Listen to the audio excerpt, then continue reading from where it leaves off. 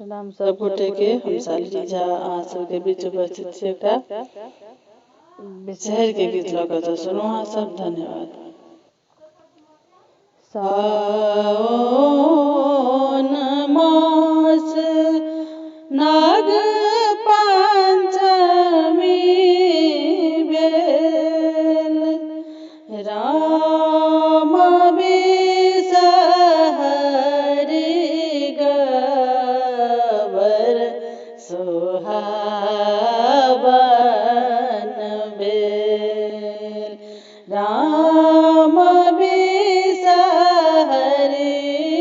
गबर सोहावन भेल। क्यों नीपे गबर के चौपार, राम के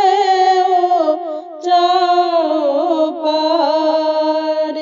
राम हमहु अभागल नीपी अहूँ के दुआरी। राम हमहु अभागल नीपी अहूँ के दुआरी। केओ लोढ़ अरहुल फूल, केओ बेल पात, राम के ओ बेल पात।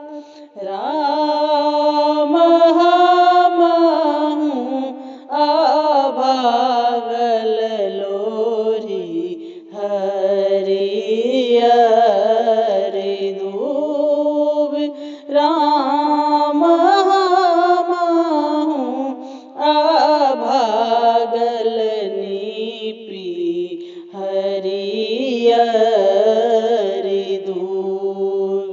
केओ मांगे अन्न धन, केओ मांगे पूत, राम केओ मांगे पूत।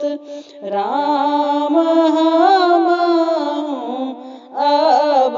अभागल सिरक सिंदूर, राम हमहु अभागल